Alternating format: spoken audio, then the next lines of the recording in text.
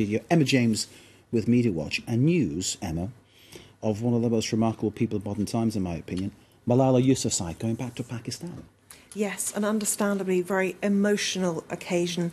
She's described it as the happiest day of her life, because this is something she says she's dreamt about for the last 5.5 years since she left Pakistan, of course, after being shot by the Taliban. Since that time, of course, she's become a global phenomenon. Everybody knows the story.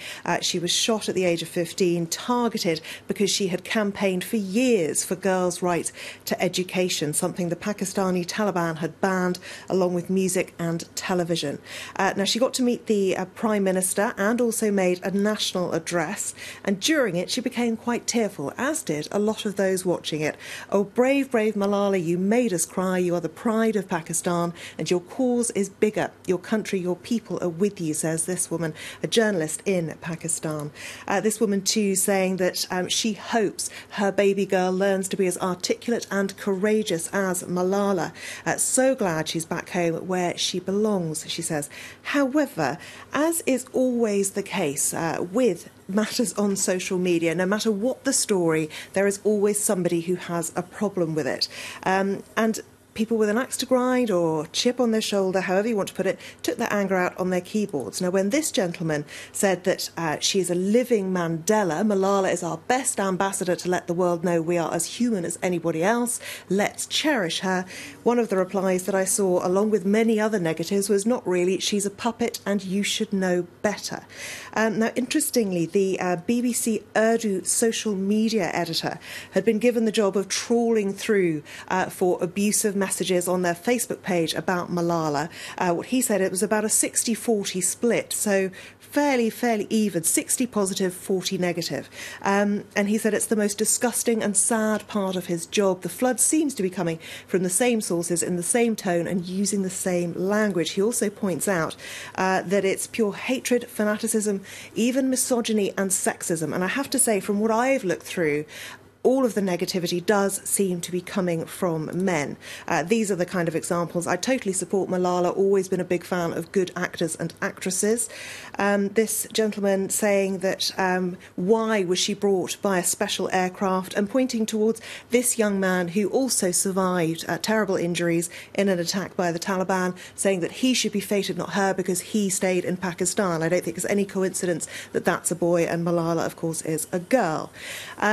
This gentleman says, if she's a hero, then I'm certainly Albert Einstein. Now, those aren't, of course, the worst ones that I've seen by far, I have to say, but I'm not about to give airtime to some of those other comments. And I think it's best summed up in this little joke by a Twitter user who says that the trolls yesterday were asking why Malala didn't live in Pakistan, telling her she's a traitor and should come back. And today, now that she is back, they are saying, get out your MI6. As you say, there's always someone who's got a problem and an axe to grind, and of course Twitter gives them full freedom to vent whatever they want to say without any retribution, which is somewhat unfair, I think. The countdown to Brexit, of course, is where we're turning next, as it's happening a year from now to the day. And we've reached a new milestone, of course, 1 year until the date the UK actually leaves the EU, and one British newspaper seems to be getting all the attention for its coverage. I think I can guess who it might be, but please tell us. Well, it is probably the most pro-Brexit of the UK newspapers. It is the Daily Express, but it's not getting good coverage, shall we say, or good attention, because a lot of people seem to think they've made a very odd choice of imagery.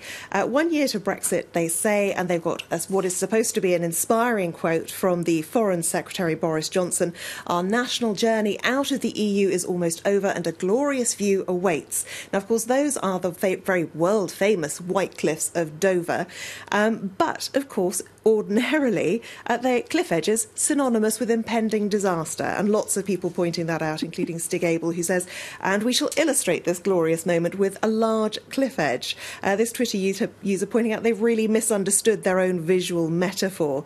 Alan Rusbridger, who used to be the editor of The Guardian newspaper, said, "Lemmings of the world unite," because, of course, they all group together and leap off the cliff together.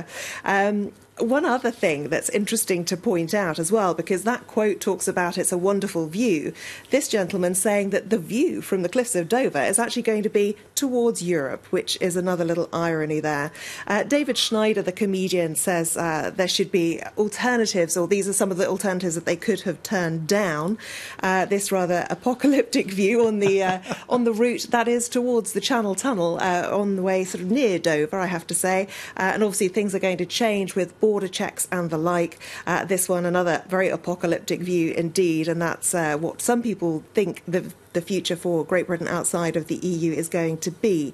I think my favourite alternative to the front page, though, has to be this one. It is, of course, Wile E. Coyote, who's probably fallen off more cliffs than anyone else in the history of television. And he's just holding a little note saying bye as he plunges down into the abyss. So to quote the Roadrunner, meep, meep. Emma James, thank you very much indeed. Emma James with Media Watch, Kate with the business. Thank you too. Great to see you both. And thanks for watching. For more, stay with us here live from Paris.